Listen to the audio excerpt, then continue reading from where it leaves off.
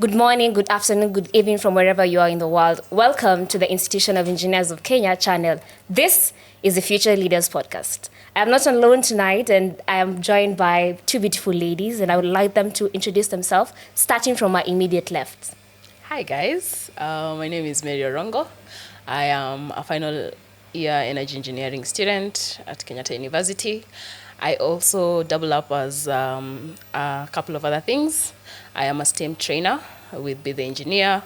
I work for an international organization called Educator Global as a student ambassador, where basically what we do is we create energy hubs for different communities, especially the less privileged, so slum areas, Kibera, Kangemi, and the like.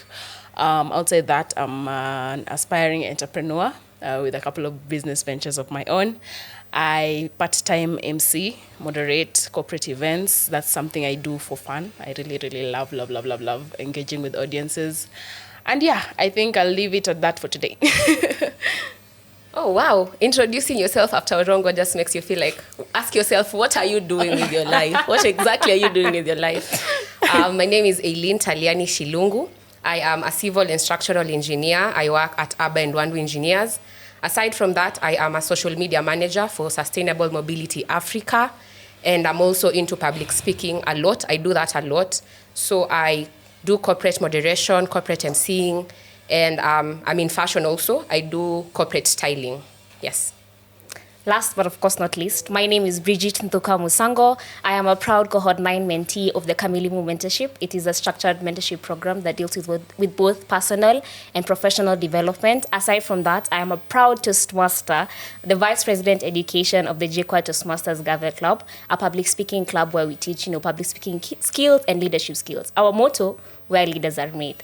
And of course, the reason I'm here today, I am a telecommunication and information engineering student, currently in my 4th year at the Jomo Kenyatta University of Agriculture and Technology. So let's jump right into the discussion. As you've heard from the introductions by each member, there's a lot of things that they do aside from engineering. And I feel like that's lost in the scheme of things, that we identify ourselves with what we do. That you say, I am first an engineer. I am first a doctor. I am an architect. But we forget that you're first a human being. So I'd like to hear from my panel, what's made you get into all these things, from STEM training to, fashion and social media content creation and marketing and all these things that you do. What made you get into all these things? What made you say, well, let me not forget I'm a holistic being, aside from being an engineer? I'll go first. Mm-hmm. So every time I describe myself, every time I'm given a chance to describe myself, I usually describe myself as a child of the community, because I believe I have been raised by the community. So there's different people all over who have helped me, have mentored me in different ways. So my way of giving back to the community is just to touch the other person. And that's how I ended up getting into the way I ended up getting into social media managing at Sustainable Mobility Africa was through mentorship. So that's how I ended up into that. And then I also do mentorship back in my village through another organization called Taja, an NGO. We mentor young children to take up STEM courses and stuff like that. And then about fashion is just about passion. I like to look good. I like when people present themselves well. I like to see people looking good.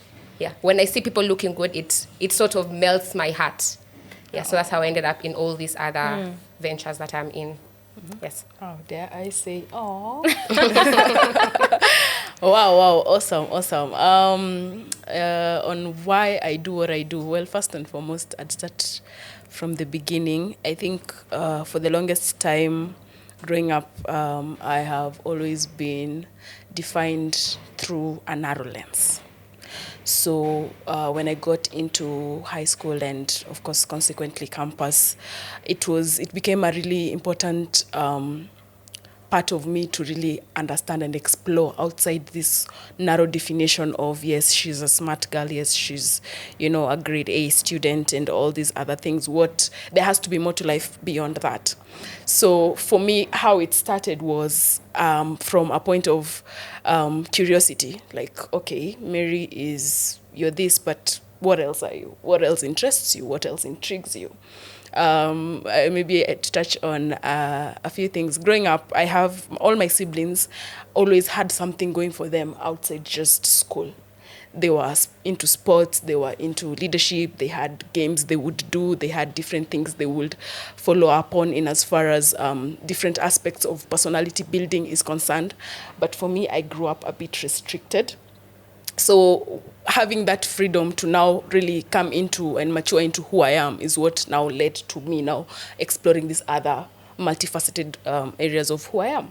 And that's how it started with, you know, the immediate next thing for someone who is considered quote unquote a grade A student is leadership. It's like, unakaa wewe unaweza lead wewe, kuja, you know, come, they give you a post and then you try, and then from that you have a look at it and you're like, okay, I think I do like the teamwork that goes into it. I like the structure that goes into leadership. I like the roles placed upon you by different roles. Then after that, the more you lead, you just grow into public speaking, and you know, and then now from public speaking, that also opens avenues for other things. And as you grow, you know, if you're becoming a public speaker, you want to have content. You're not just going to stand in front of people and talk about nonsense. So that now pushes you now to go into other areas of knowledge. So you want to read more, you want to expound more, you want to understand more. You try to even look into the dynamics of who people are and why they are as they are. So, yeah, that I'd say for me, that was that. And in as far as what I do in the engineering-related field is concerned, I think for the longest time I've been, by virtue, my leadership is more based on solving problems. And I think that merges very well with the engineering bit of who I am. So even outside that, any initiative that I do, always at the core, if you really look into it, you realize there's a particular problem that is targeted that we're trying to solve. So if we're doing STEM training for kids from as young as 4 years to 18 years on different engineering-related and STEM-related topics, what's the point? There's a gap, there's a leaking pipe. So what are we trying to address? We're trying to, you know, push more kids into STEM fields and encourage them by virtue of seeing a true living, breathing, available example of the same. So with regard to that, yes, I'd say that in itself sums up who I am, and any other thing that I do outside, even for the things that I look into as business ventures, for me, they're always at the core. Are we solving a problem? What's this problem we are solving? Okay, so for our listeners who do not know, STEM is the science. It means science, technology, engineering, and mathematics. So that's what she means when she says STEM. As for me, I think people are multi-potentialites. And in this case, I mean they have multiple interests. Yes. So you're more than an engineer. And I feel like placing yourself in a box limits your impact. So it's because of you've honed your public speaking skills, you're able to teach children. Definitely. So if you were to say that, well, I'm not a public speaker, then the impact that you give in these kids will not have happened. Yeah. So by any time you feel that you've placed yourself in a box, that you are already only identify yourself as one thing, then you've limited your impact, and you're stopping the world from experiencing you in your fullness. And that's why I think it's very important to give holistic view. Strip away your title, strip away what you do. Who else are you? And even as, just to add on that, when you talk about like getting in touch with who you are outside what maybe would be quote unquote the core definition as far as you're concerned to who you are as a persona, there's also the aspect of paying it forward. I think for us, and seated with fellow ladies in engineering, you realize that you are where you are, you enjoy the opportunities you enjoy the rooms and the leeways that you enjoy because somebody else was actively taking the role of championing it for you, or whoever it is who went ahead of you was very, very conscious of the fact that there are a group of people coming behind me, and if I mess this up, they won't get that. So by virtue of paying it forward, you don't want to just be the person who takes. Personally, I am a work in progress of mentorship. I have a lot of people who pour into me in different areas of life, whether it's spiritually, academically, career-wise, socially, all these different aspects of mentorship. But at the same time, you don't want to be the person who's always taking. What are you giving? Yeah. You know, when we talk about the Dead Sea, salty lakes, you always have to have an outlet. You can't just be the one person who's always taking and taking and taking. So and in giving, you realize you're also growing. Yeah. You know, they say that they like to say that we are the answers to our ancestors. So I like living life thinking, well, will the people come after me say I was an answer? Like, am I living as an answer to my ancestors? So I feel like that's a good guideline as you live. But acknowledging that we are all students, or at least we are trying to transition from students. I would just like to know, how's your public uni experience, school experience? You know, for someone who's thinking, I want to be in engineering, but I want to see what happens in an engineering class, or how is the engineering scene? How are the lectures? Wow. What would you say? I feel like, of course, we can look at it from the point of, yes, there's the general idea behind what campus experience for an engineering student is, but at the same time, I'd like to start by mentioning that I and this is a personal opinion, feel like the campus experience is so personal. Yeah. Like different people go through the way I experienced campus as an engineering student is not the same way somebody else experienced campus, despite taking the same course or a different discipline of the course. Yeah. Maybe I can to elaborate further on that. I will give an example of myself. I started out as a law student. I was in law school for the first month of my campus life, and it was basically because medicine. I missed medicine. You know, Coops did that thing. I missed medicine by a point. They always do that thing. They come, kuja, and then I ended up in law school. So I was a law student for a month, and then and of course, for those people who've interacted with me, they'll tell you, Orongo, you can defend someone. You know, this is something that would work for you. I mean, you as a lawyer, that makes perfect sense. Yeah. Say it to every yapper. It's like you have a future. You can yap. You are a lawyer. What do you mean? You need to be fighting for people's rights. Yeah. Exactly. And I think that was, so when medicine didn't go through, I think my parents, my dad specifically was like, I think this law thing, given how I know you'd thrive, just go on and do law. And so I ended up in law. Yeah. But 1 month in, I realized, no, this is not working for me. Mm-hmm. It was around the same time we were having BBIs. So I remember, let me tell you where the quitting point was. Yeah. There's this week, it was Foundations of Law, I think. Mm-hmm. Not Foundations of Law. I'm forgetting the unit. But I even remember it was a very nice advocate of High Court. I think she's called Catherine. I'm forgetting her other name. She was my professor then, and walituma a lot of literature, kwa BBI, constitution, and all these different laws. You know, these case files you have to look into. And I remember just looking at it and asking myself, is this really what I want to do with my life for the rest? Like, is this really it? And at that time, I had applied for like other different schools. And unbeknownst to me, I had received letters for these different schools, but my dad hidden them because I had applied through his email. Okay. So my immediate elder brother let it slip. Yeah, he let it slip in a conversation. It was like, you know, something, and there was an engineering letter. And then I was like, hey, dial back. What did you just say? It's like, yeah, there's a letter that came in like 2 weeks ago for your acceptance to School of Engineering. And I was like, why am I learning about this now? It's just like, no, he deliberately... He did. Yes. Yeah. So I got into campus. Now, getting into campus as engineering, like I said, now I have been quote unquote, passed around. I didn't really know what this engineering thing is or even what to expect. Me ending up in energy engineering is quite a peculiar discipline. Not most people, you know, in the engineering field will tell you they take energy or they study energy. That's most people don't even understand what an energy engineer does. So for me, from the onset, it was now defining myself. And that's why I say my campus experience was so personal in the sense that I went in there to find out if this is something that works for me. I wasn't like people who, from the onset, walikuwa wanajua me, I'm going to do medicine, I'm going to do law, I'm going to do education, and they applied for it. And then when they were going in, at least they had a rough idea. No, mimi nilikuwa nime. And then, again, by virtue of the fact that I received the letter late, I was nilingia late, senye watu washaanza. So again, I was behind trying to catch up and whatnot. But outside that, I can say as composed, the Mary of 2025 as opposed to the Mary of 2020 is they're two completely different people.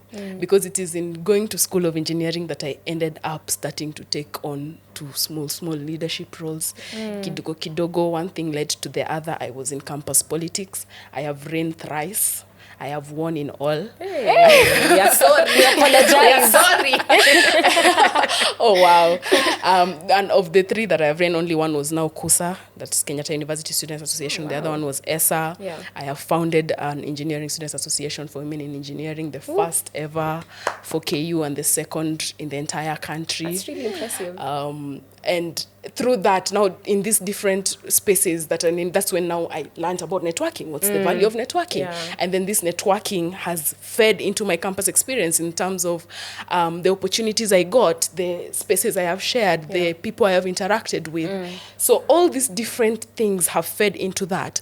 And I always say that for me, the campus experience, I did more learning outside class than I did inside class. Okay. Yes, in class, fundamentally, I am, I mean, come on, I'm technically skilled. I'd say I am competent in as far as the coursework and what I have studied is concerned. Like, put me in a room and we want to discuss energy system, energy efficiency, energy storage, whatever it is. I can meaningfully contribute to the conversation. But for me, where my campus experience is concerned, more of it was outside. And not just the technical and the social and the corporate bit, but even through the relationships, through the interactions, through the experiences, because we experience so many different things as campus students. I have dealt, I think for me, campus is when I really did understand what mental health is and why it's so important, because I had never been in a situation where you had so many things weighing down on you at a particular point, or you find yourself in a situation where you're dealing with so many multifaceted things that you have to dial back and be like, hey, me first. It's very easy to lose yourself. Yeah. Well, Eileen, did you have a similar experience? I feel like everyone wanted to be a doctor. You've talked about it. And it's like everyone wanted to be a doctor while growing up. Medicine reject. Yeah. Have you guys read Ben Carson? Have you guys read Ben Carson's Gifted book? Hands. Yeah. Yes. I feel like that book, it's either he's just a really good writer or medicine is just something to really want. And I think it's also because of the fact that it's the first thing that it makes you feel like it makes you feel like you're giving back to society, medicine in its sense. But my campus experience has been a bit different from hers, because mine included a part-time job.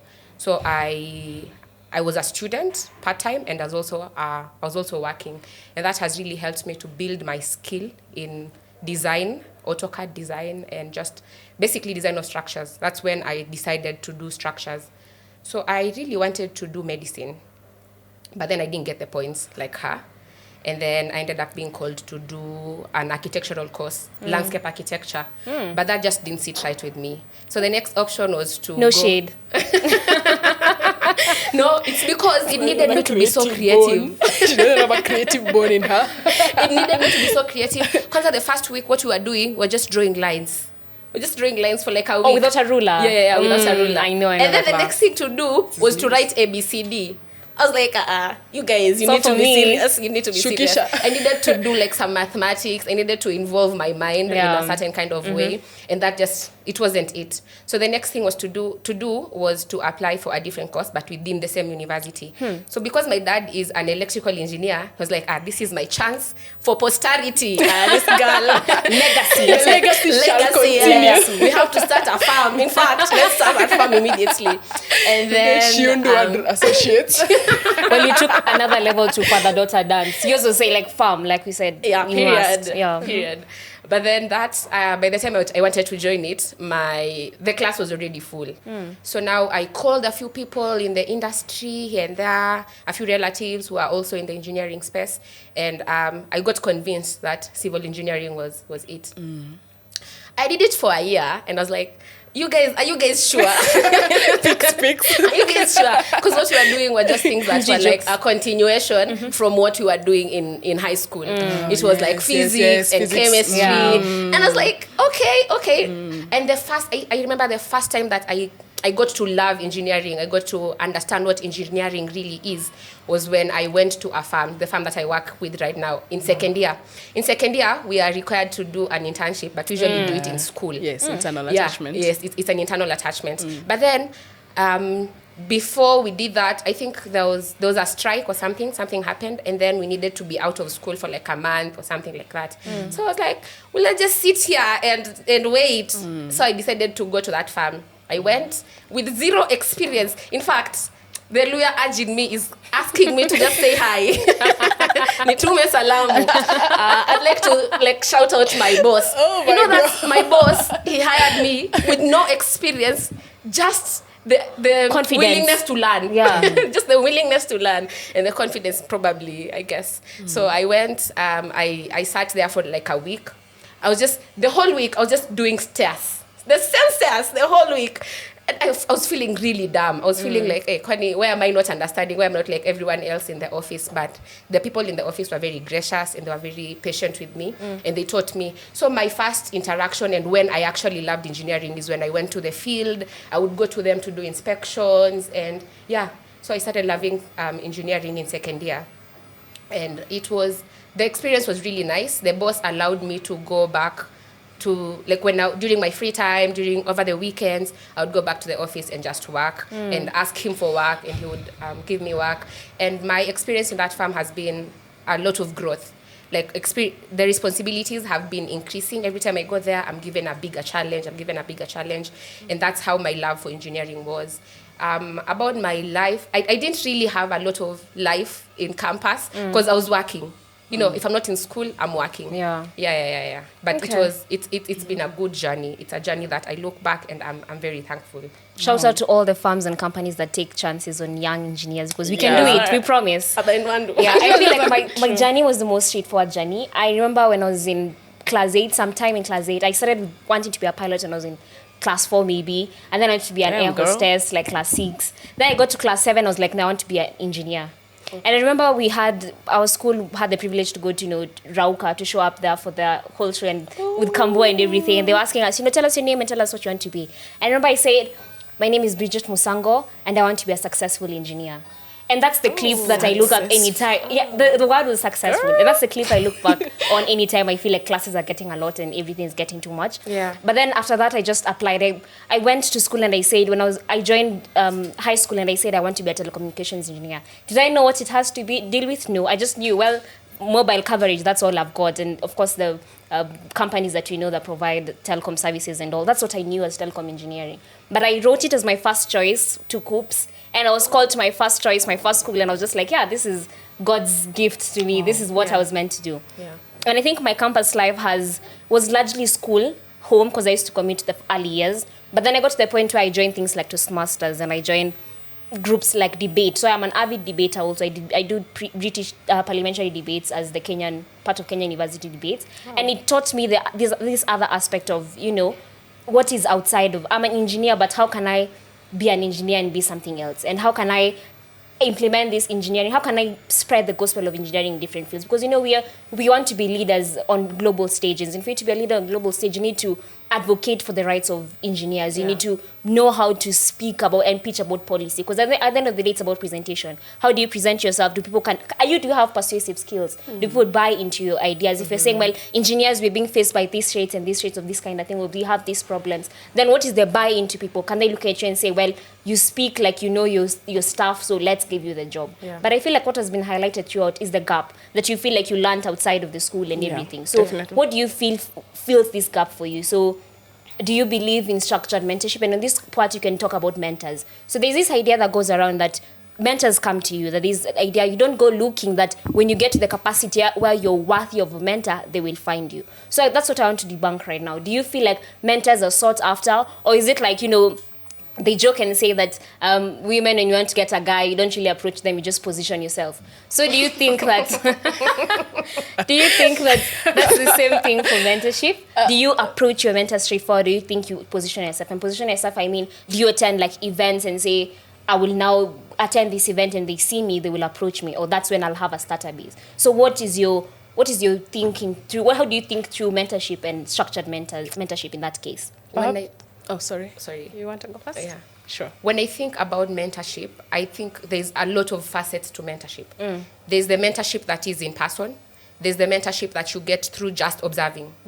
There's the mentorship. So there's mentorship through relation, and then there's mentorship just through observing. Like sometimes someone doesn't need to sit you down and tell you do this and this and this and this, but just sitting down with them or interacting with them. Like I can give you an instance. Last weekend, we traveled to Isiolo, and we interacted with Engineer Otwani. He's the RE for the project, for the Garbatula project. You know that project that has been making rounds in TikTok? Yeah. Barabara itoke Ramu. That one.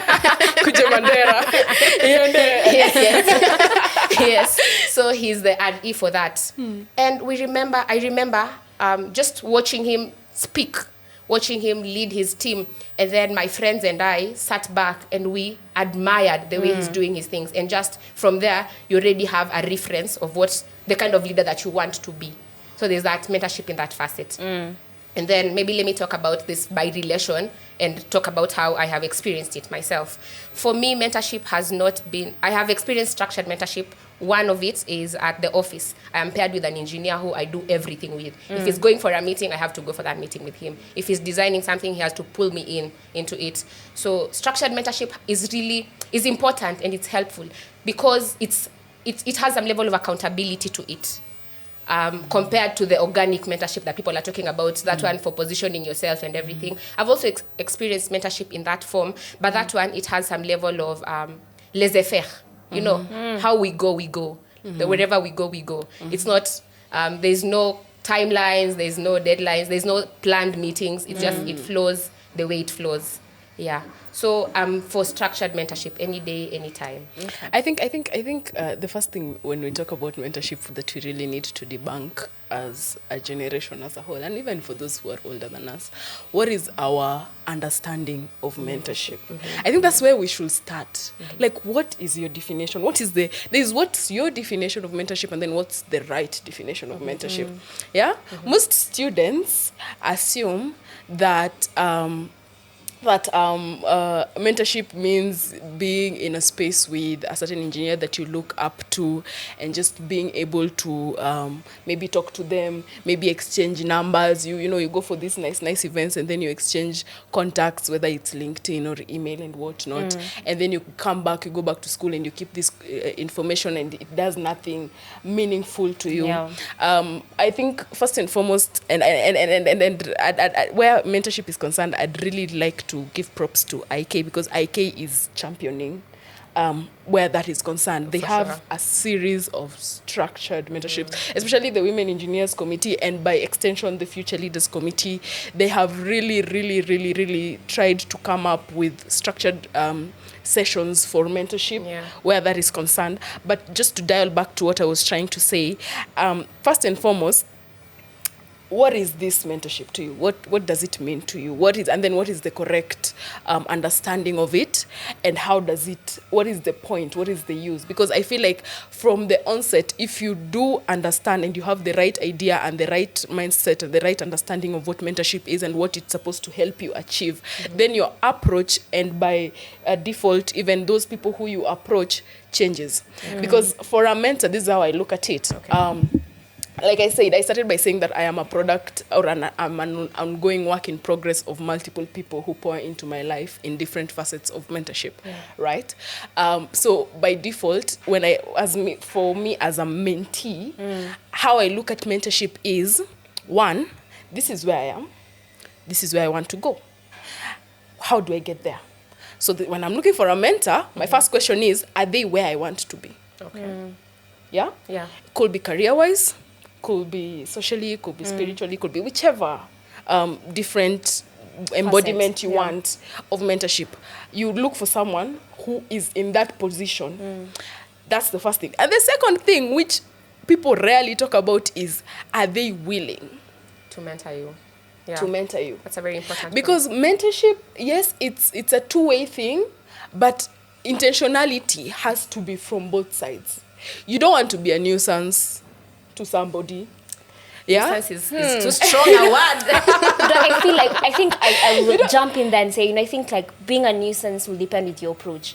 So when you're saying you're scoping your mentors, then if you scope someone who is not available, by scoping I mean you observe how they interact with young people. If you see that they're not free with young people, then definitely you will be a nuisance. So and it's not even like to attack any mentors or anything of the sort. I feel like sometimes by virtue of people, you know, first and foremost, we have to remember even these mentors at the end of the day, they are humans. Yeah. They have a lot on their plate. Yeah. So by default, someone can be like, okay, given 1, 2, 3, A, B, C, D that's going on in my life right now, I don't think I'm in a position to effectively and intentionally pick someone else and bring them into the mix of whatever it is that's going on in my ecosystem, in order, if I'm being honest about, you know, helping them, guide them to where they should be, right?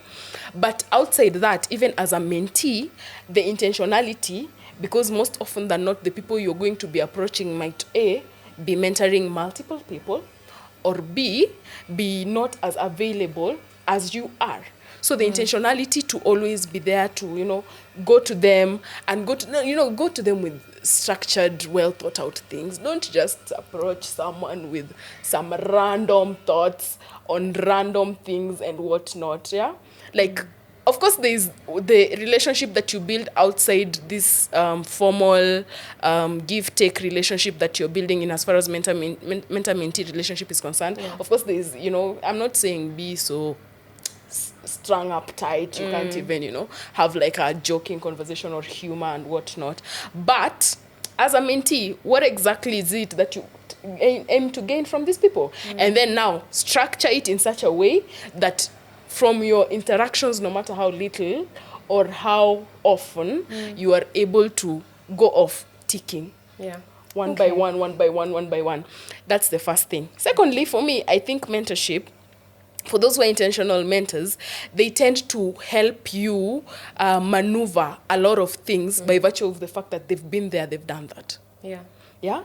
So in as much as, yes, they are helping you, they're helping guide your trajectory towards wherever it is you're headed, at the same time, they're lifting you. There are things by default of having an intentional mentor you don't go through.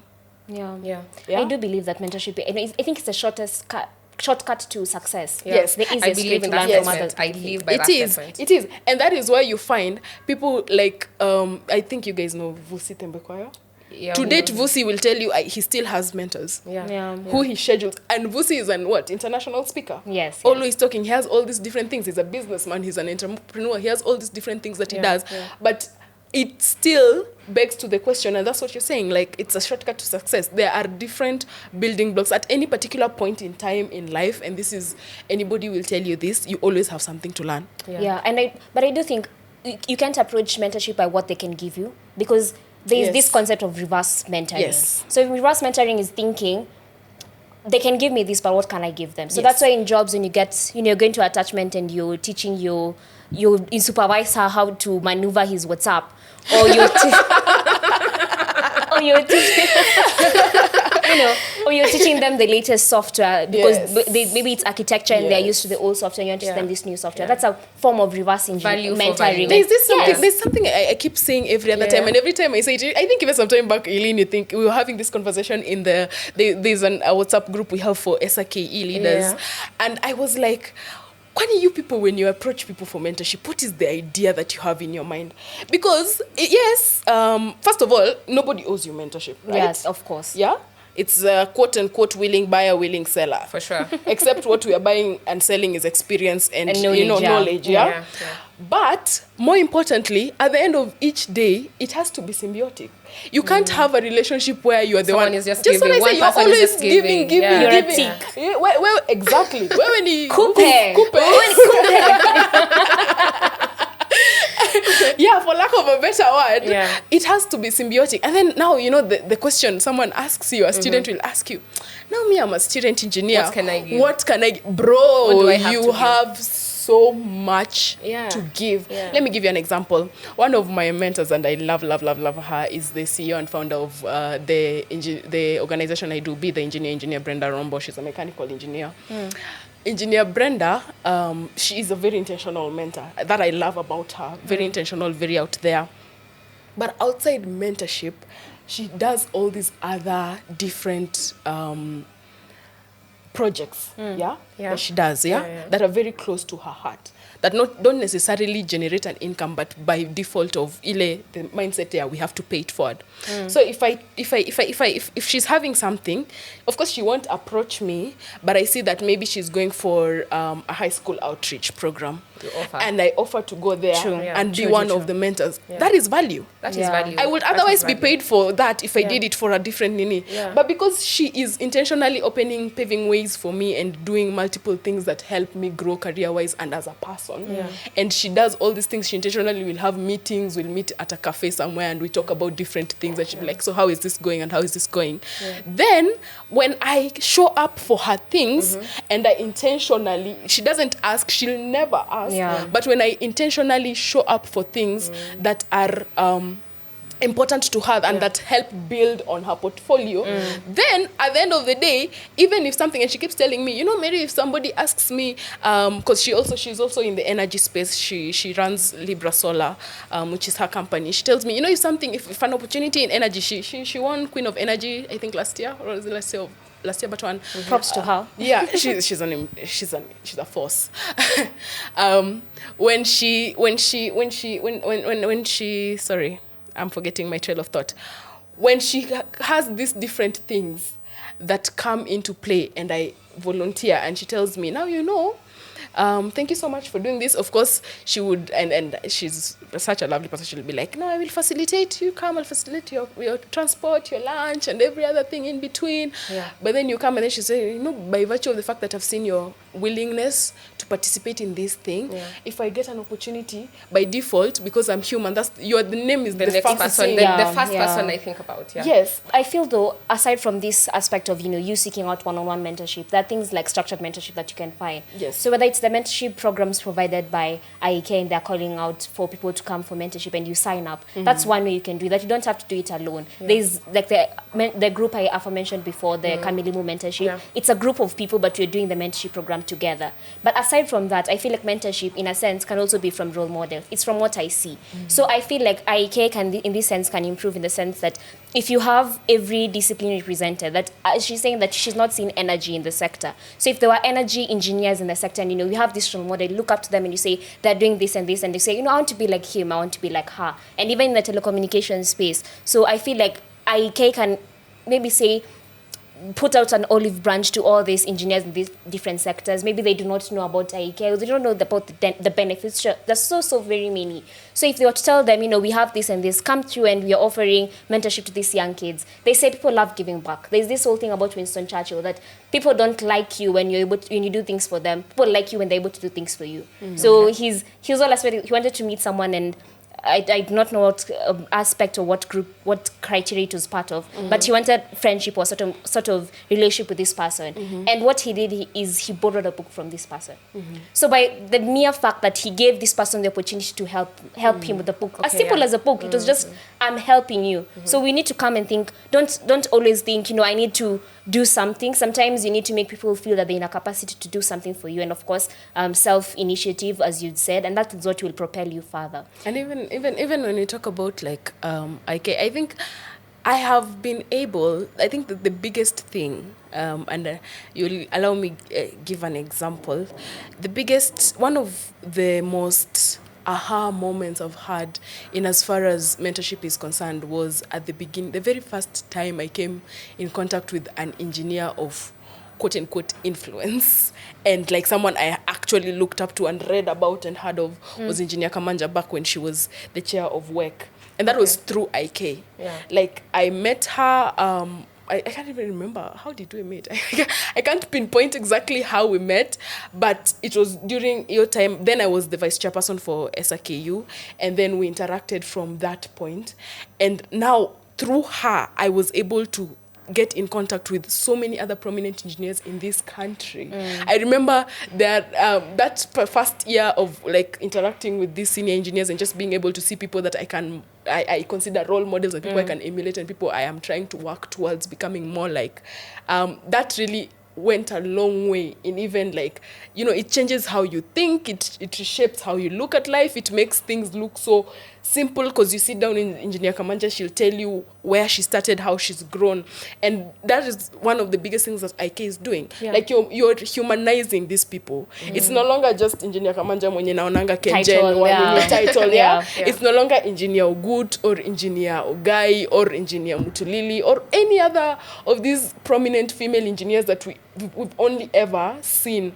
And then there's also the flip side for those people who don't even have interaction with these senior engineers and even the GEs and the PEs, and because engineering has multiple, it's a tier, there's for an SC you're looking up to GEs. A GE, yes. There are things GEs pour into you, and then for GEs they're looking up to PEs. For PEs they're looking up to CEs. For CEs they're looking up to accredited like a ripple effect. Yeah, I like that idea. IK has done a great job of bringing all these different leveled engineers into a room where, as a student, you walk in and you're like, wow, okay, I didn't have structure, I didn't know what I'm going to do with this course, but at least I know that from here I'm supposed to be a GE. For sure. So when I finish, I'm trying to register to be a graduate engineer. From a graduate engineer, what is this? I have the networks. It gives me autonomy to even, think outside the box, because now you have multiple perspectives and you can look at things from absolutely. Yeah.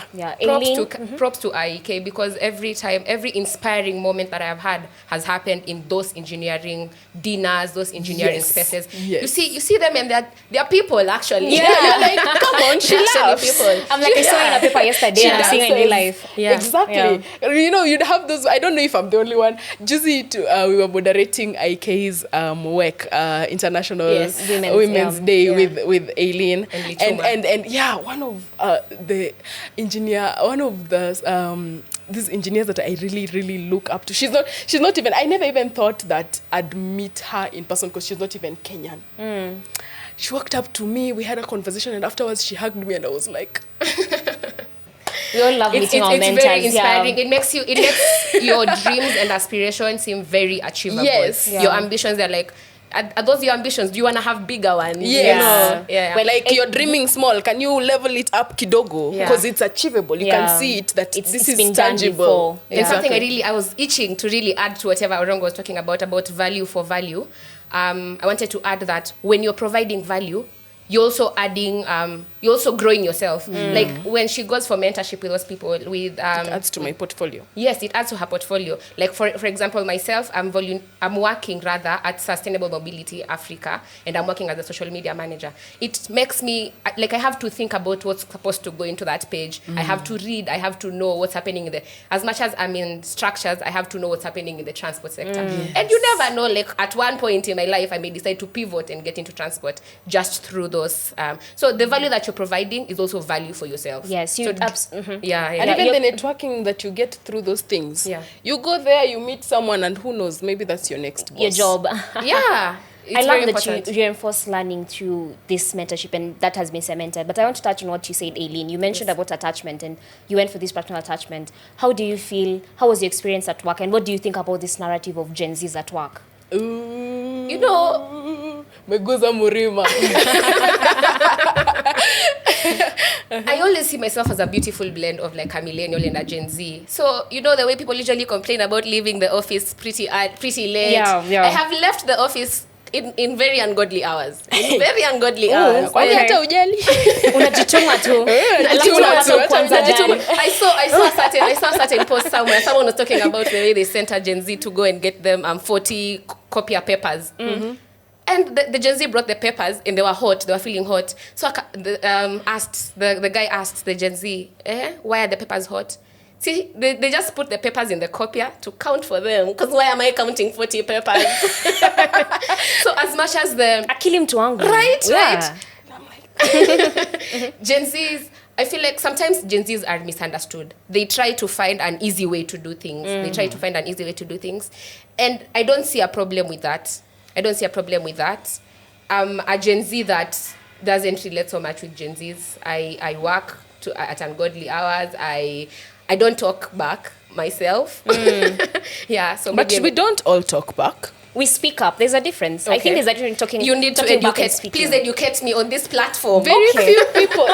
No, you see. We shall. I think we can also just before I hand it back to you, we can also talk about. You see, there's this, and there's something that it rubs me the wrong way. There's this narrative, unfortunately, based on very few examples amongst us that leads to generalization, which by default creates prejudice. For sure. You can't tell me. There are also millennials who have zero work. What do we call it? Work ethic. Work ethic. Zero work ethic. We go around saying millennials not are attack anyone. No. We respect all ages. Yeah, I'm not attacking someone. I'm just attacking the notion that because you've seen one, two people who behave a certain thing, don't generalize and start saying that I wanna heshima. There's a way. There are different people, and in every group of people, there's always a madman. But how do you think we can build that heshima? Because, we can't throw away the narrative because it's an idea that has been floating around. There's this thing about, Gen Zs are less resilient. Personally, I don't support like the Gen Z behavior, the speaking up. Speaking up can be, there's a very thin line. We can disown you. There's a very thin line. You can easily. Careful, you're about to trend. Careful. You're treading on things. You're just about treading on ice. Tread lightly. Yeah, all right. I'll just take a step back. We are the majority.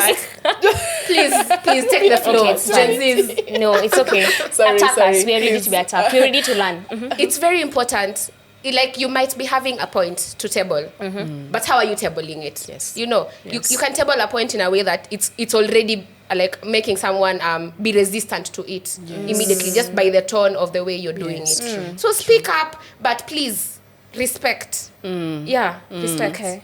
And there are coaching platforms for this. There are places where you can learn to speak well. So if that's an avenue, that people will teach you that sort of tone to take. Like I love podcasts. I think that you talked about content, and I wanted to ask how you consume, how you learn better. And I think I learned better through podcasts. I listen to those than music. And you was talking about the idea that, there's this thing where you don't want the work, or you don't have the time, you have other side jobs, or you want a raise. That all these things can be done through communication. It's how you say it. Yeah. So it's when you approach your boss, your supervisor, you don't make it a yes or no question because that's putting them on the spot. If you say, my friend is earning this, or this work is a lot, I don't want it, can you take it away? Already you're calling for resistance. Yeah, It's I feel that at this age in time, when you're this age, it's like like you're seeking advice. It's when you're this age, what did you do? Like, I'm feeling overwhelmed by work. And by that case, if you say I'm feeling overwhelmed by work, they'll think, oh my goodness, are we giving her too much work? Okay. So you say, I'm feeling overwhelmed by work, and I feel like I do not have time for anything else, that this has become my life. Or I feel that I have been working at this company for X years or X amount period of time, and I would want to, earn more. What steps can I do to earn more? So that's an open-end question. He can say, well, you can earn more now. Here's a check, or here's your new pay slip. You get a check. You get a check. Everybody gets a check. He could be in a happy mood, and that's how you get a raise. But you've gotten a raise, you've gotten a relationship, and that's what matters. So I can be attacked as a Gen Z, but I value it, and I do see value in it, and I see that, that's a strong point, a sensible point. Can I give an unpopular opinion just on the matter? There's this thing about tunaitanga office politics. Golf. There's this thing about office politics that we have to, of course there's always office politics, but also, and maybe I stand corrected, one of my mentors told me, you have to learn how to play the game. These things, you won't always get everything just because you are qualified for it. You have to learn how to appeal to the masses to get to something. Closed mouths don't get fed. Exactly. Yeah. And it's the Bad same girls thing. get the corner office. But good girls don't get the... True. There's this thing about how you go about it. There's tact. Even in the office setup. And this is something I learned through, before I even went into the office setup, through my attachments or whatever it is I worked at. Before that, I'd have mentors who tell me, you have to understand how to get things. Yes, ideally, in an ideal setup, you should be able to clearly appeal to people's logic to get things done. But not often will that be the case. So you have to be a bit tact, you have to be a bit tactful, and that's what for Gen Zs with Nini, for us, we miss out on that. That's I'd say for some of us that's where we miss out on, because we want that we are a generation that generally we are like, this is what it is. Unajua us we give it as it is. Yeah. Ndio kenye iko. Yeah. So if you are not seeing it as it is, then clearly you are the problem. Yeah. But that's not always the case, because again, in any office setup, you have a multi-generational, workforce. And different people are, it's not even a generational thing, it's just a human thing. By default of the fact that this is how it's always worked and this is how things have been done, people might express a certain form of rigidity. Yeah? So when you are being insistent and putting things across in a very rude and an organized way, and something that just comes out as a very confrontational way approach to things, by default you will be met with resistance. Yeah, of course. Sure. Yeah, I like not that because idea. they do not necessarily agree with your views, it's just that how you put your view across is completely off. Yeah, And that- presentation. Presentation is everything. I like that. It's Like, everything. don't be playing chess when others playing checkers. But Exactly. I want to jump in something. There's this, and I want to pose this to Eileen, and maybe you can tell us if you've been victim to this. Okay. Do you fall victim to quiet quitting? So quiet quitting is the aspect where I don't like this job, but I think, I want to buy the shoes and I need bills a gotta bag. be paid. Yeah, and so I go to work to give the bare minimum. I show up, so the boss has they have no grounds to fire me, but I'm not giving just a 10%. doing my job. Yes, have you fallen victim to that? No, I haven't. When I said I'm a beautiful blend of millennial and Gen Z, is because I know when to speak up. I know when to, and I'm not the kind of person who will be quiet. You want to walk into a place and Eileen is there and she's quiet. That's a lie. That's a lie. I'm not the person who will sit and observe. In fact, sometimes when I go into places and things are not being done in order, I just stand up and take the mandate and do the thing.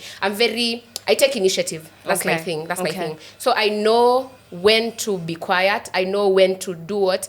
And while she's talking about the way you need to study people and understand them and the politics in the office, you need to really know people's personalities and buy into them, because that will really help you. I've spent like 3 months now. By the end of April, this will be my 3rd month of like formal employment now, because initially I was just doing attachment, internship and everything. And I've learned that the bigger part of the job is not even doing the job, is relating with people in that office, relating with people in the site, how you're going to interact with the different professionals. Because at site you're meeting an architect, you're meeting the client, you're meeting different people. There's the QS, there's the project manager. It's different people, and majority of these people are actually men. So the first meeting, you just sit there and you study and you observe. This is how they usually talk. This is how they usually relate to other people, and you buy into that and you use that to your advantage. I think there's also the fact that 8 to 5 traditionally is characterized by certain things that don't necessarily rub our generation well. For instance, someone will tell you, yes, when we talk about something like productivity, someone would say for 8 to 5, they want to look at how many hours have you clocked in. But the metrics, in as much as productivity has changed, the metrics of productivity have not changed. The output, we still want an output. We need to be able to measure the output of your work. We need to be able to measure how much have you done in as far as getting the organization you're working for, or the task you're doing from point A to point B. Yeah. What have you exactly given in terms of building up something or whatever project or task you are part of? The difference is that for us Gen Zs, we would prefer something that is more digital, something that's more like we can do more for less, by virtue of the fact that we have certain tools disposed for us, or how our mentality, even how we are wired. And so somebody in, say, Gen X or Nini would look at it like, you have to come to work from 8 to 5. That's when I need you to see you clocked in at 8 a.m. and you leave at 5 p.m. Yet someone else can do the work that someone who does from 8 to 5 does from 8 to 1. And I'm like, at the end of the day, if you really, really are about productivity as opposed to the perception of being productive, then we've done the same job. Yeah. I get that. And this is something that I am very keen on, even going into employment spaces. I'm like, what is my job description? What are the tasks that are assigned to me? Have I completed this task to the best of my capability? Have I done something that uniquely adds to whatever it is that I am part of? And if that is the case, then don't come telling me, you're supposed to be here till 5 p.m. You can. I'm like, at the end of the day, let's be able to measure performance based on the productivity and the metrics that are there, not so much the input in terms of time and, clock hours and whatnot. That has to be a conversation, though, because, as a company, they have systems and they have things that they follow through. So it has to be something that you discuss and say, yes, well, I'm doing this amount of work, but I can do it in 4 hours. So what am I willing to bargain for? Because be willing to take pay cuts. Communication, or something of the definitely. Personally, I think I almost fell victim to quiet quitting, where I felt that we didn't align on certain things, and at my previous attachment, and I didn't get that because I give 110%. However, I love giving 110%. I like immersing myself in whatever I'm doing.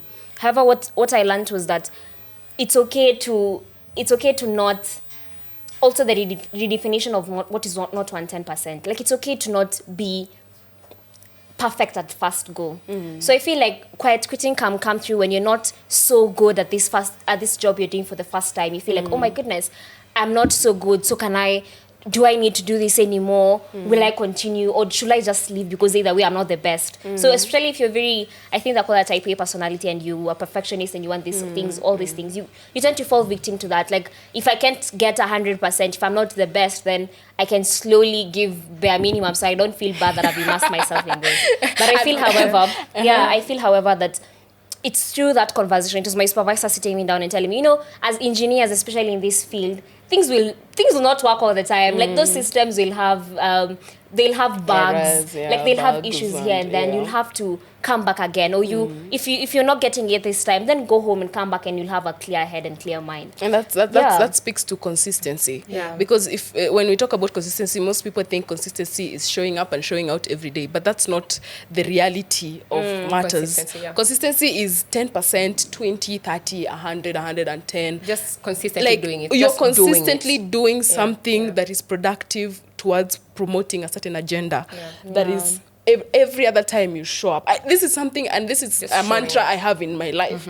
I will always show up. As you should. I will always show up, and it cuts across. It cuts across. Like, I am far much better than somebody who stayed at home if I showed up and I did something that is, yes, might look minimalistic, but in the end, when you put it all together and the sum conclusion, you find that you have more than somebody who did 100% on day 1, 0 then 40% on day 2, 0 then 100% on day 3. That's like a different person, as opposed to mwenye haba na haba kidogo every other time. And it's not always that systems work, like you said, in any project. I think every other time we have been to site, there's this engineer friend of mine who keeps on telling me, Mary, it's not everything, if not every day that things will work. And that's the entire point. That's why we say engineers are problem solvers, because if things were always working, then what are you solving? Why do we need an engineer? Eileen, I want to ask you this, because we've focused on employment. What happens to self-employment or being innovators and researchers? So there's another, I'm full of narratives today, like medium hanger. So there's this other narrative that they say, well, women are less likely to get into innovation spaces because apparently we are risk averse. They say men when they are brought up, it's our traditional sense, it's men who pursue the women, it's men who go and court. So from a young age, they are used to taking a risk, and they're used to rejection. So if you're rejected, you come again and you go to someone else and you try again, right? So there's that idea that men they're used, or they're acclimatized to this cycle of take a risk, take rejected, take a risk again. So they feel like women, because they're not attuned to that when they try something and it fails, they never go back to it. So what's your take on women innovators or women in the research and innovation spaces? Maybe before I answer that, I wanted to give an opinion on whatever we're talking about. Please remind me what you're talking about. The Gen Zs in the workspace, the work not. ethic, consistency, showing up. About consistency. So I wanted to give a solution to consistency. Personally, I'm an avid and permanent student of personal growth, personal development.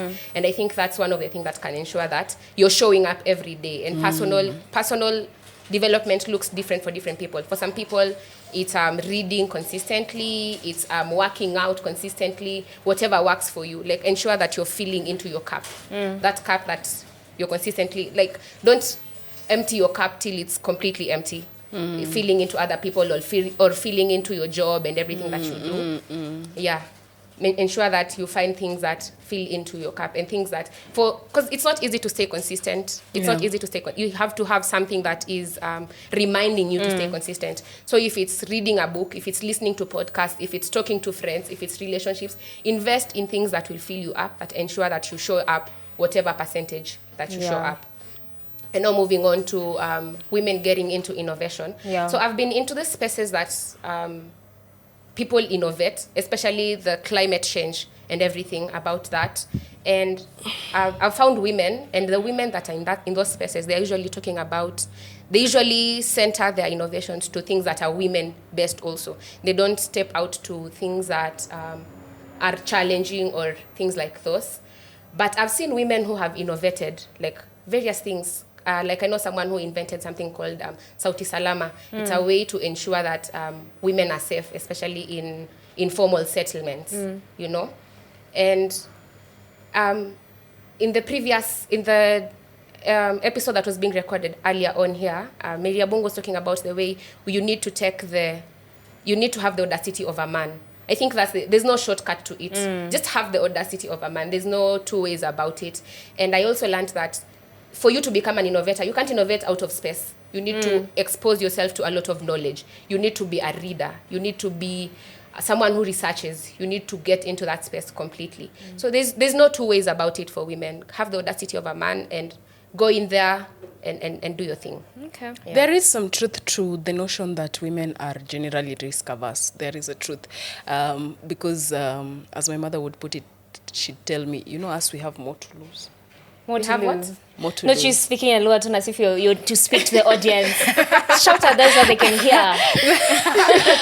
But that notwithstanding, I think we are also coming into an age where we are coming to the realization or the awakening that for us to get from point A to point B, whether innovation or social development or technical development or whatever it is in the different spheres of life, that everybody needs to chip in.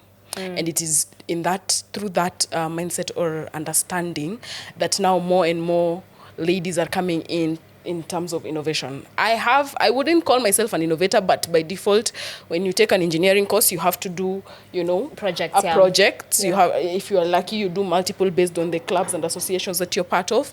So by default, you find yourself in the innovation space. Yeah. And even at the core of engineering, it's problem solving, and problem solving in a dynamic way that is consistent with the needs of the current generation. Even as we look into the future, we have to talk about creativity in terms of that approach, not creativity as a creative content creator would do, or an architect, as we were fangirling about them a few minutes ago before the episode began.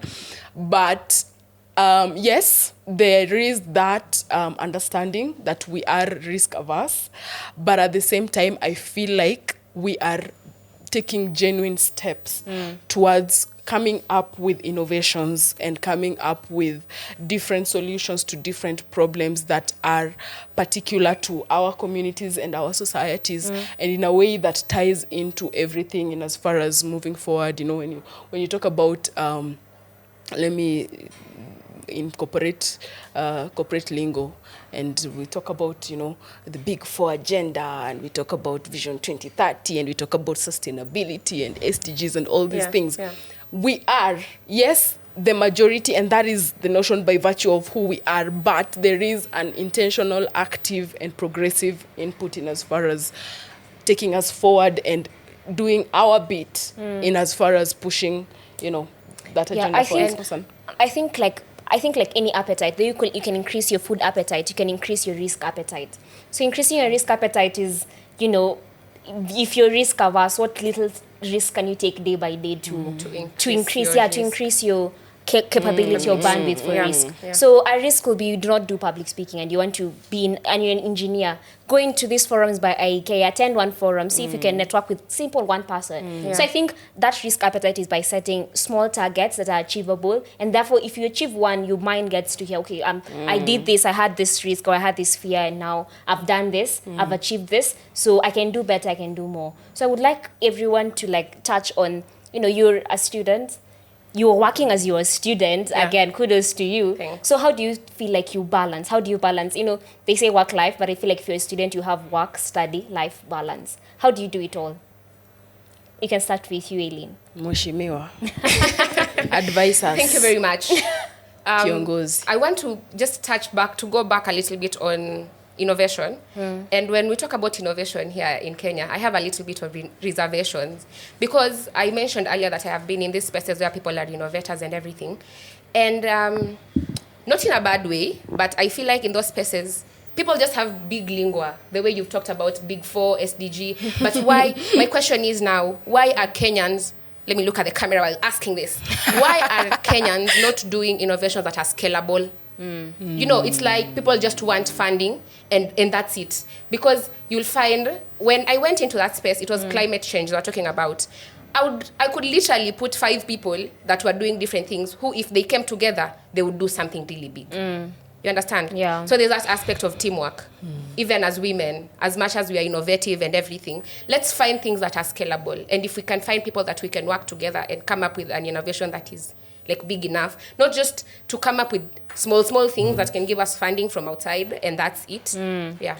So we're not chasing money. I like that idea that, you know, you need, your solution must solve a certain problem, because that's the best. Because we talk about, you know, responsible computing. Yeah. What is the end goal of this project? Are you just looking for money? Are you looking to solve a problem? Are you looking to provide solution? I feel like if you're providing solutions, then people will buy into your idea, because you've looked at a problem that is existing in your current community, in your space, in your day-to-day life, and those are the problems you need to solve. But because you've worked and schooled, you need to tell us, you know, how did you balance it all? How did the scales not tip on one side? Is there really a balance ever? At you're balancing, you're okay, your work life is okay, your school life is okay. I don't think I've ever been at a point where it's 50-50, like everywhere is balancing. It's always been a different, like if you see me thriving somewhere, if you see me thriving in my career, someone's paying there's for a it. parent that wasn't called that day to be told, to be updated or something like that. I don't even have a boyfriend. You know, like that life is non-existent completely. We've just put it out there. It's Easter. You can give your supplications to the Lord. Yeah, so I don't think the notion and the idea of balance is far-fetched. Just work, and wherever you're thriving, enjoy wherever you're thriving. Okay. Yeah, I think I that hold should a work. different opinion from that. You found a balance? You know, back in nasema back in ni kama ni some Kama decade ago. ulikuwa enzi za Moi. Hey. I also used to work Okay. as a student, but my work wasn't site work and it wasn't engineering work.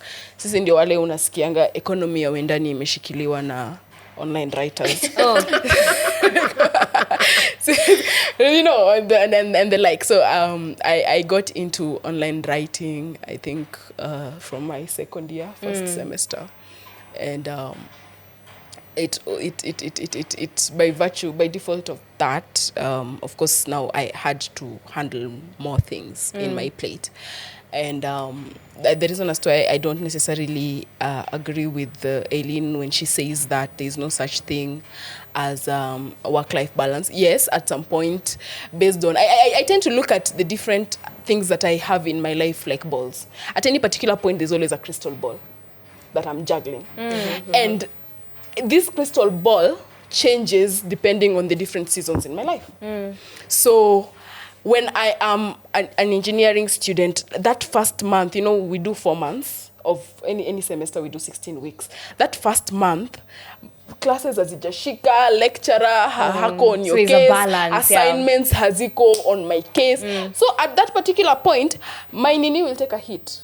It will take us a Your back. school life Yes, now. my academics will take a background, a back seat, kidogo. So niko like, nyinyi mngoje hapa kidogo. Tutakujia. Wacha tuangalie what events am I supposed to be but I'm also an event organizer and a planner. What events am I working on that I'm supposed to be, you know, doing? I'm running around for these different things. What am I supposed to be organizing? Okay, when I started as an online writer, but then I moved now to owning accounts and managing accounts. So most of the time it would be having other people write for me and work for me. So I would be like, okay, so I have time. I tell myself, this month, I need to make this much based on 1, 2, 3. And then I set metrics. And then based on that, I'm like, because I know when my assignments and my cuts and my workshop work and all these different aspects of engineering come into play in the 2nd, 3rd, 4th month, I won't have time for this because that will be my crystal ball at that particular point. So it comes to the forefront. Yeah. And then outside that, again, you look at, because now you're not just a zombie, you're not always just looking at work and school. Of course, you have a social life, yeah. Any healthy human being should have a social life, yeah. Sure. Like your life does not start and end by I'm an engineer or this is what I do for a living. There's something else outside that. Who's Mary as a person? Who's Mary as a daughter? Who's Mary as a sister? Mary as a friend? Mary as all these different other things that you take care of. Yeah. So for me, that's how I look at it. All these different things that I do, they're like balls, always juggling. And at any particular point in time, there is a crystal ball that you guard jealously based on that particular season, but that also changes depending on the season. Yes. Yeah. And then there are those balls that will always be rubber balls. Friendship and whatnot, at any particular point, by virtue of the fact that you're juggling, that rubber ball will get to your hand at some point. And when it does, you deal with it at that particular point. But it's only for a short period of time, because before you know it, it's back in the air, and you're dealing with something else. But I like something that you said about, you say delegate, and I feel like that's very beautiful. That, when you're struggling with this work-life balance, if you can delegate, then, you want to run errands, but you want to see a friend, that people who run errands. So get someone to run errands for you, then go see that friend. So that way, by delegating, you're better off. And, again, I'm a type A personality, so I'll have a schedule. Trust, I will time block. My calendar is in colors. At a specific time, I'm meeting someone specific. Yes, it has to be that way. Google inakukumbushanga. You have even one day, like tomorrow, you need to call so and so. Call mom tomorrow. When I grow up.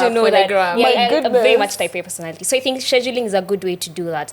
But I'll circle back to something we said before. You said, as Gen Z, we like doing things. We like making things easier. We like making things simpler. Yeah. And I feel like AI came into this world and this scope to make things easier. Can I catch you in before you jump into AI? Because I feel like we'll go into a completely different topic as far as delegation is concerned. And I feel like I need to say this to someone out there. I think for my first year of leadership, especially campus leadership, I struggled a lot with that, because if you are like me, you have this warped idea that if you want things done, you have to do them yourself.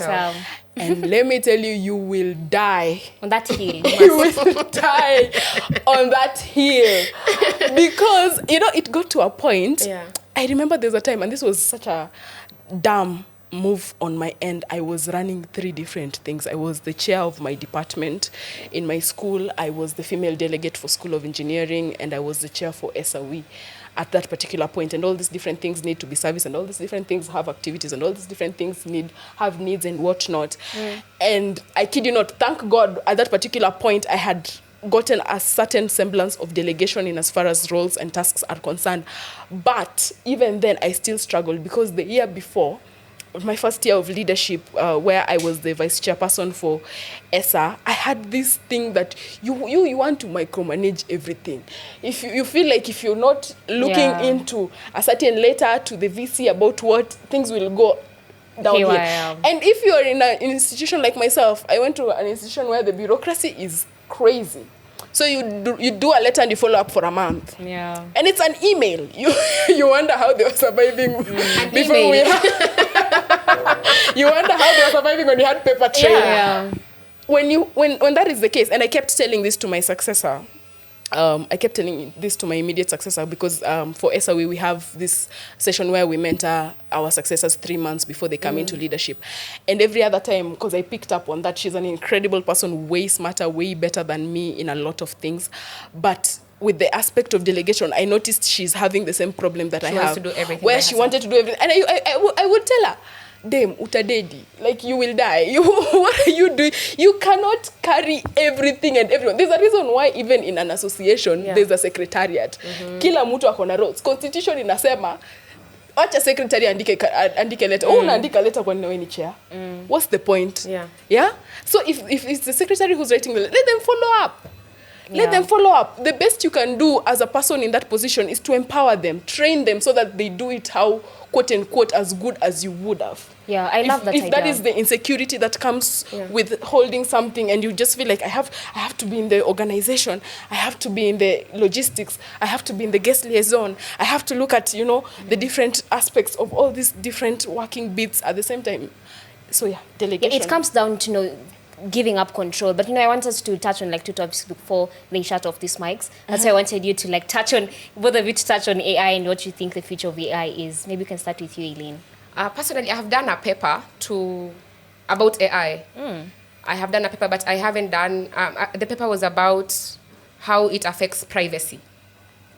I feel like AI is going to affect privacy a lot because getting data, in fact, right now, the algorithms, they already know everything. You talk about something on your phone, immediately, you go into Instagram, you've already found it. Yeah. So I feel like that is something that we really need to look at as we continue to venture into AI and explore the possibilities that AI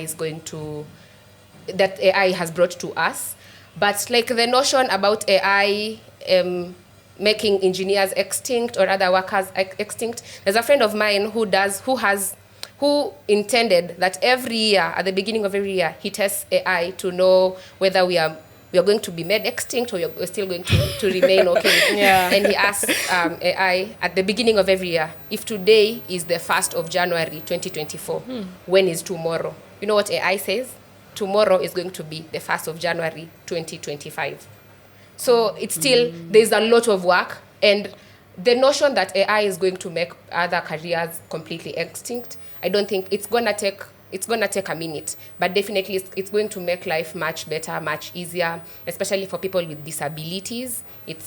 AI is transforming the world in so many ways because there are machines that are coming up that blind people can be able to know where they need to go to navigate people. So everyone, it's making life easier for all of us, but I don't think it's going to make things. I think we won't be phased out by AI. I think those who will be phased out are those who don't adapt to understanding how it's done and how it's used. Yeah. But at the same time, at the end of the day, ours is a technical course. Yeah. Ours is a technical field. Yeah. So AI can only do so much. Yeah. And you look at it into design, you look at it into the softer side of engineering, quote unquote, for lack of a better word. But when we really come into vitu kwa ground and having somebody on the ground, I think by default, based on what we have studied, I don't think AI will enrich, if anything, our experience as engineers, but not necessarily subtract for it or make us obsolete, for lack of a better word. However, I am part of an unpopular opinion, group of people who have an unpopular opinion that as Africa, as Kenya, we have bigger fish to fry. We can, yes, AI is here with us. Yes, learn. I mean, take those courses. Make sure you are equipped in as far as AI is concerned. Upskill where AI is concerned, whether we're talking about machine learning, where it helps in a lot of things, even data management, data science, data analytics, all these different facets of AI and how it helps enrich our experience as engineers and the profession as a whole and simplify a lot of things. But as Africa, as Kenya, we do have bigger fish to fry in terms of you're not going to go back to your hometown and start telling your people in your shags about AI when they don't even have energy access.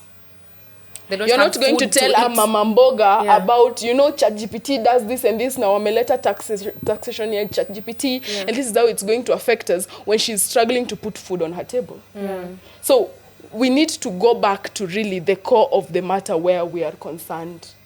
That is healthcare, education, if we're talking about energy and energy access, if we're talking about manufacturing in terms of the industries, those are the things that we need to be investing in. But that's just my opinion, though. I get your opinion. I think that even as we innovate, and we touched on that topic of innovation, I feel like AI is something that we need to understand that we have the control over.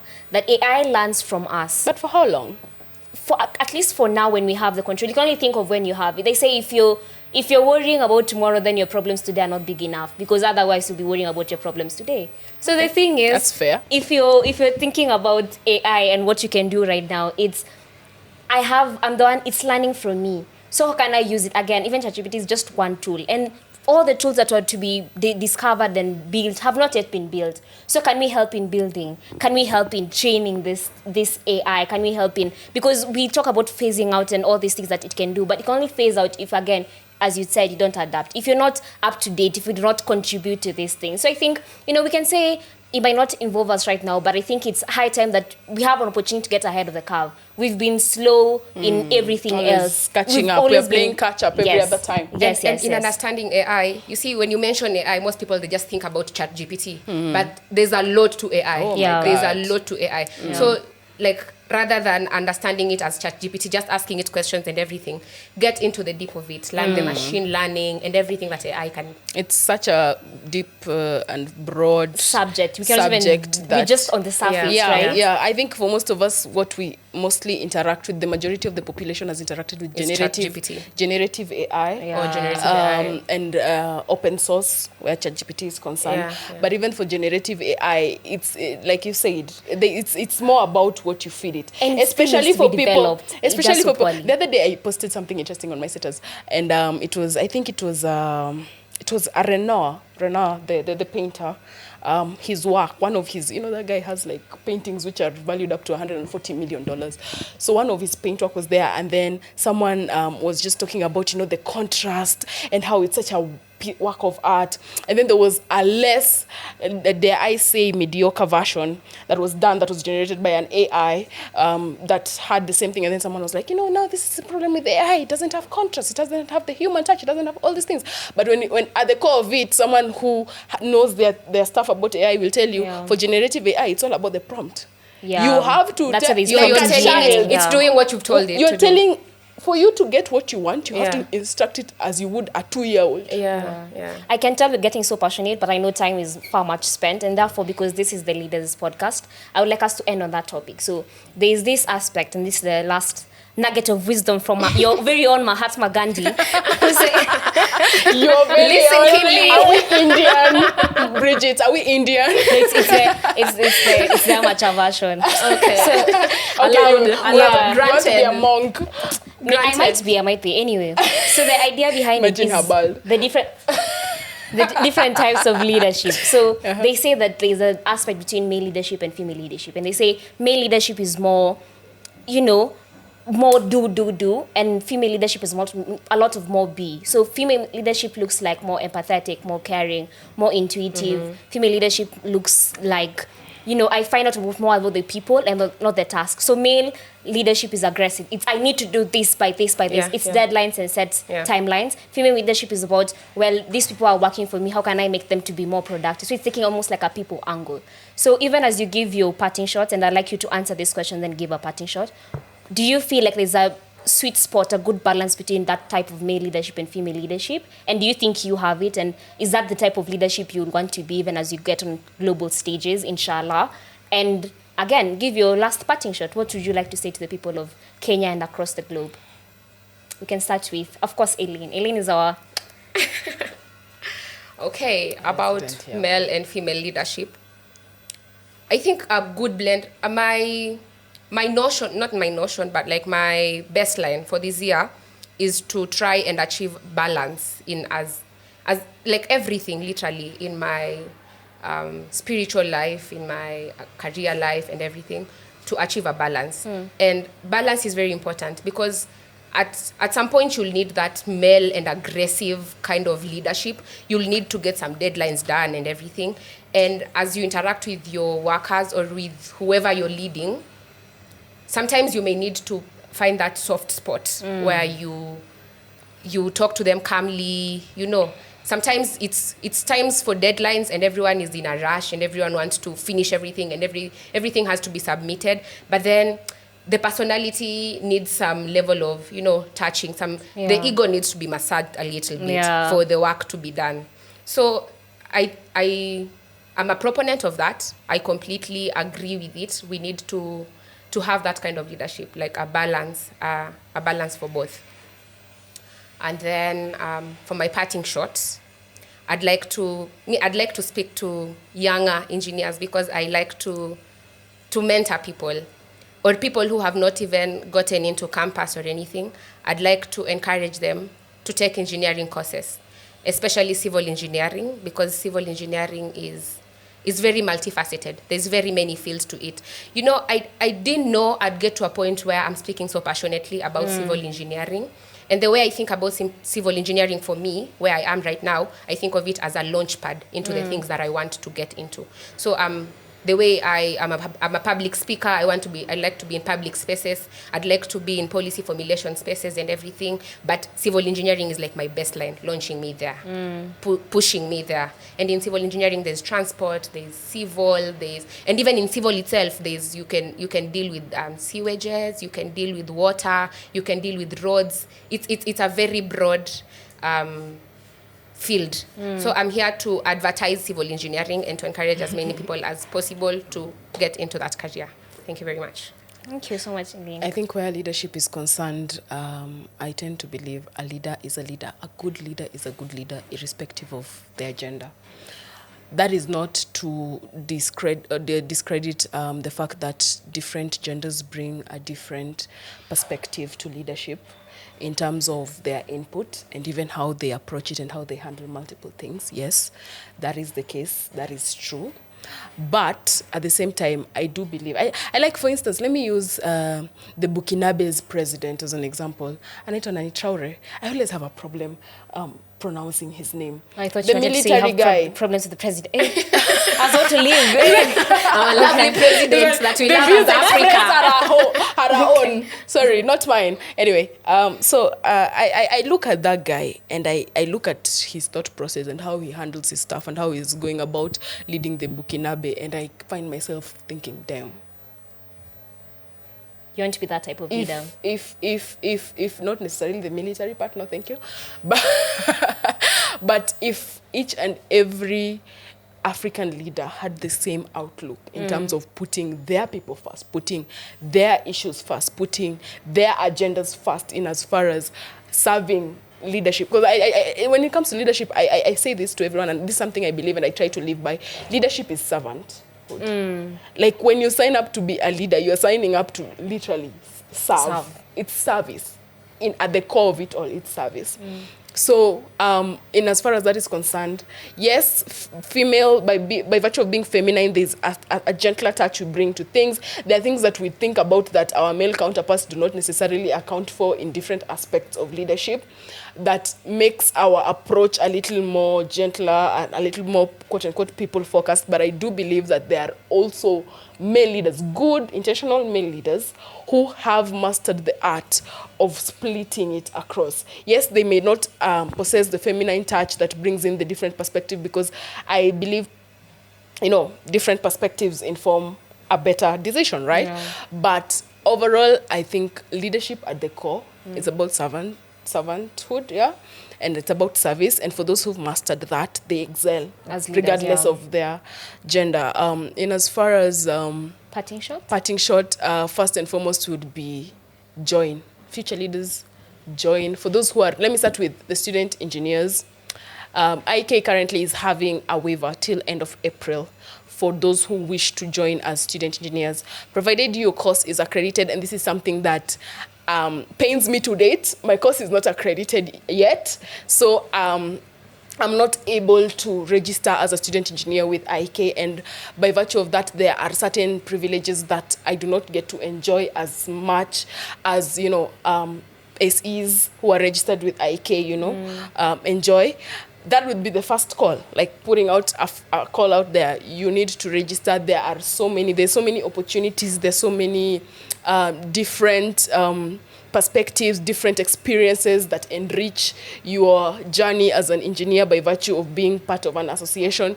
You do not, all these things that we're championing for, in as far as, we need better entry-level payment in as far as engineering jobs are concerned. We're moving our engineering, jobs from one class to the other based on all these different things. Policy my God, policy.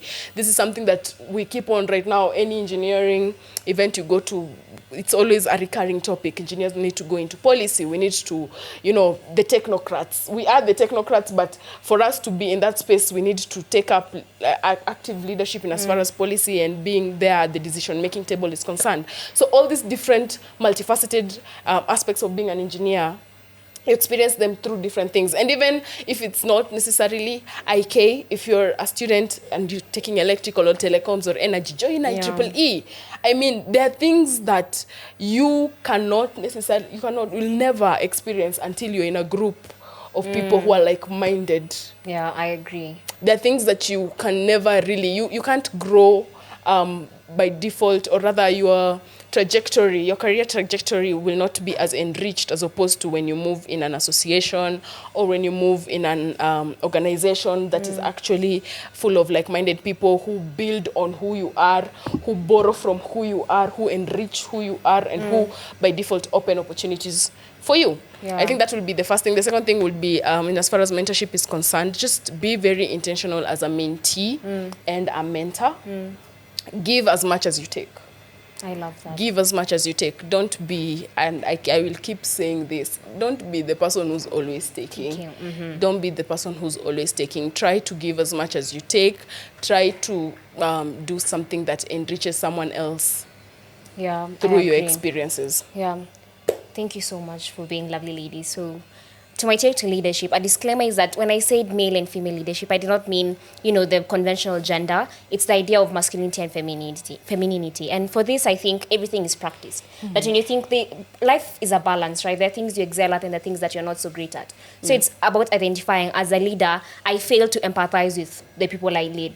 So can I cultivate this skill of empathy? Can I learn it? Because everything is teachable and learnable. So if you go about and learn you can get it. Yeah. So it's not that you have male leaders who are in touch with that, feminine side of leadership, and they do it and they excel so well. So it was not a matter of gender. But yes, I do believe that, you can learn these skills and you can excel if you want to. You just have to, as we've said through the podcast, that you need to take initiative and, take in you need to, you can't, if you want to lose weight, then you have to do the steps. You have to eat well. You have to do these things. It just doesn't happen, Yeah. So my parting shot will be this, that the world is definitely our oyster. There's so many things we can do. That don't put yourself in a box. Do not limit yourself and say, I am just but this. I am defined by this, because some things we define ourselves as can really be taken away from you. And then who are you? That's when you learn in things you call like identity crisis. Yeah. So identify who you are holistically, and then remember to take up space. I say this, and I had this from, Tracy Farker. Tracy, actually it's Parker, because she's South African. She is a HR practitioner, and she said, her mantra is that she wants to walk into rooms and then exist so fully in herself that people think, how dare she? So I ask you to, in every space you're in, exist so beautifully and wonderfully, take up space until people say, how dare she? How dare he? So that lady, anything good must come to an end. And I hope that, as you were listening, you were having your cup of tea, cup of coffee, or your glass of wine, or if you're listening to us on the go, jogging and working on yourself. Thank you for being here with us. This has been your, what episode? About 4th of the Future Leaders podcast. Third? Yes. Okay, of the Future Leaders podcast. We hope that you had fun. Please tell us in the comments, did you resonate with what you said? Do you feel like there are topics you could touch on more? Do you have a different take? We love hot takes here. We are people who love hot takes. Thank you for joining us. This again has been the Future Leaders podcast. Woohoo!